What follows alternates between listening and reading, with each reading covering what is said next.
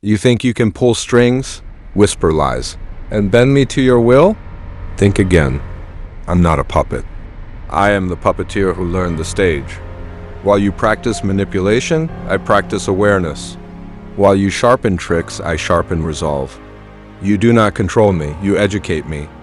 Welcome to the lesson. People try to manipulate. Masters convert manipulation into momentum. People always try to move what they can't create. Manipulation is the lazy, architect's blueprint, a cheap shortcut to influence without effort, to win without merit. They whisper, they smile, they gaslight.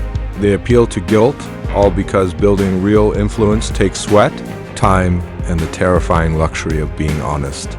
So the first step to mastering manipulation is to understand its origin. People manipulate because they lack authority. When someone can't build value, they try to steal it.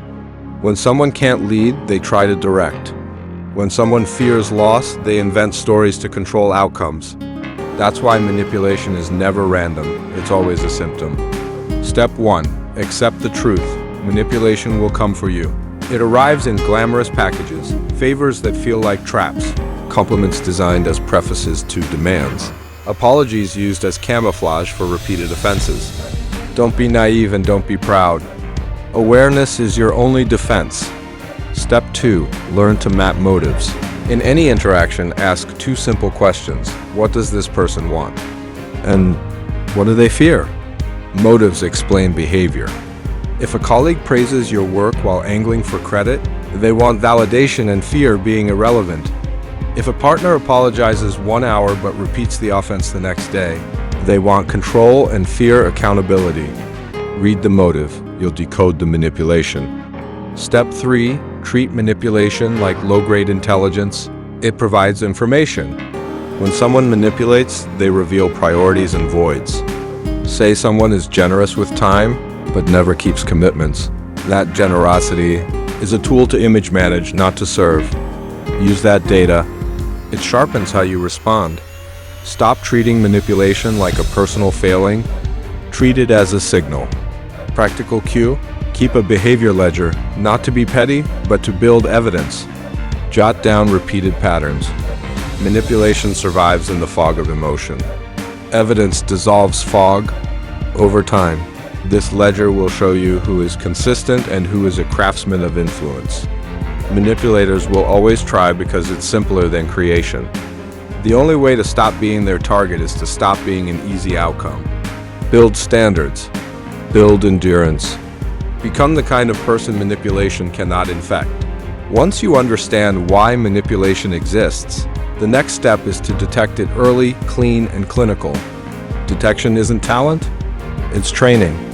You teach your mind a set of cues, and after enough repetitions, you see the pattern before the act completes. Step 4. Watch the timing. Manipulation loves moments of weakness. It strikes after bad news, after a fight when you're tired, or when your adrenaline is low. If sudden compliments, urgent favors, or emotional pleas arrive during those windows, treat them with suspicion. Timing is the manipulator's doorway. Step 5. Listen for scripts, not sentences.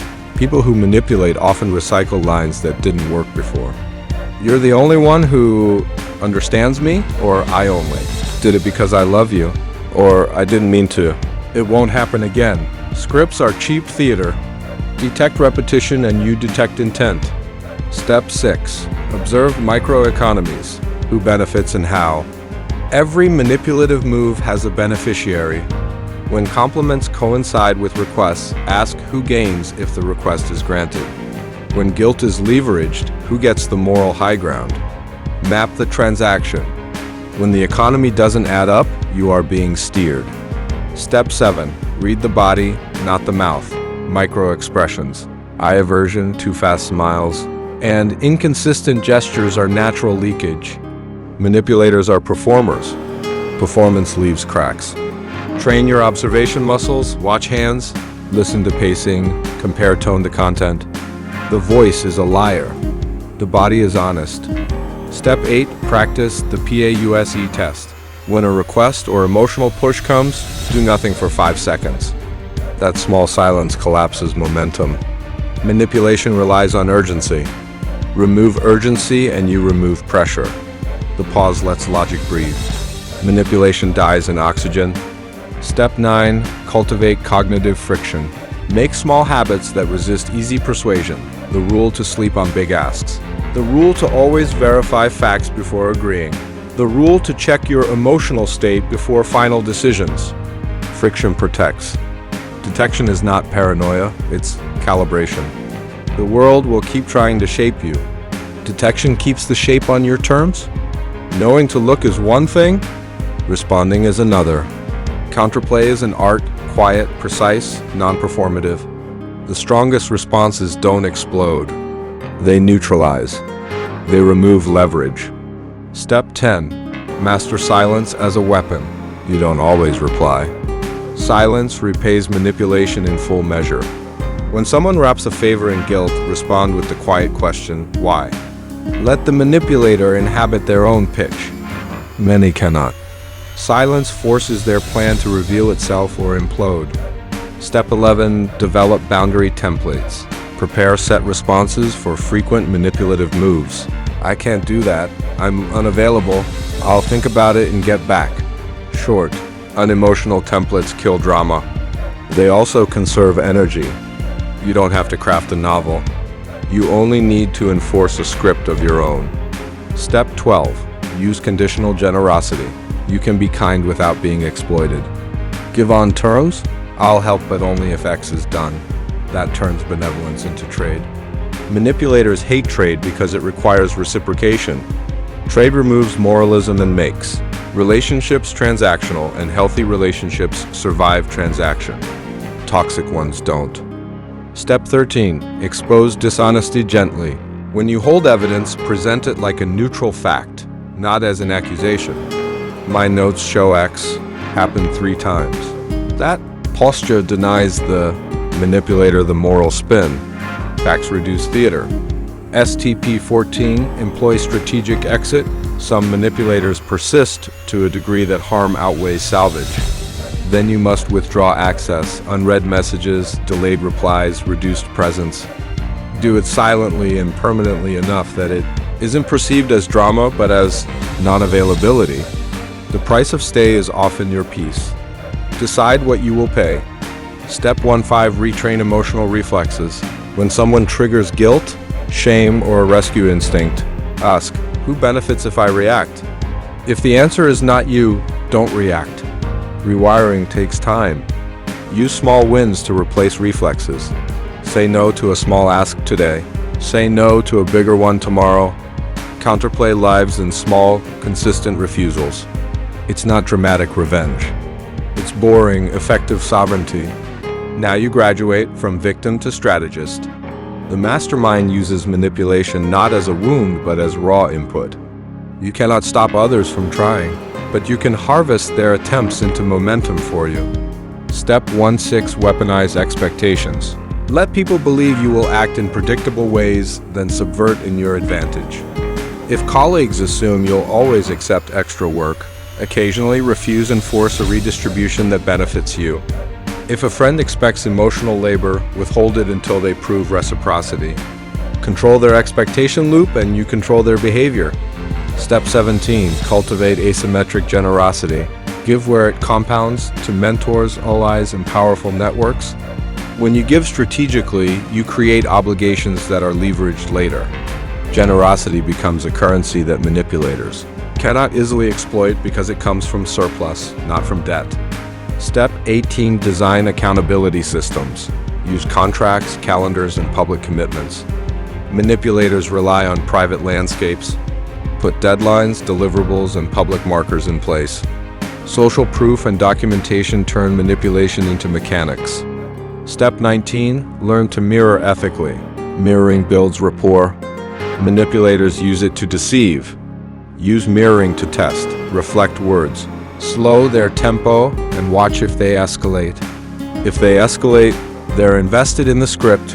You're testing their persistence. Ethical mirroring is an instrument of information, not of control. Step 20. Be the noise they cannot. Manufactured manipulators thrive in whispered theaters. Broadcast consistency. When your actions are predictable and your results visible, the stage for manipulation shrinks. People who try to influence you lose confidence when your world is transparent. Mastermind level means you don't simply avoid harm. You reframe attempts as inputs for strategy. Manipulation becomes data. You process, filter, and redeploy. Your final position is not only to survive manipulation, it's to craft a legacy so sturdy that manipulation no longer touches it. That means your brand of power must be sustainable, ethical, and unquestionable. Step 2.1 Build reputational armor. Reputation is not PR, it's consistent competence. When people see you deliver repeatedly, they stop trying cheap tricks. Your track record becomes your shield. Invest in deliverables more than in speeches. Step 22. Mentor the few, not the many. When you teach warriors. Avoid cultivating dependence. Teach boundaries.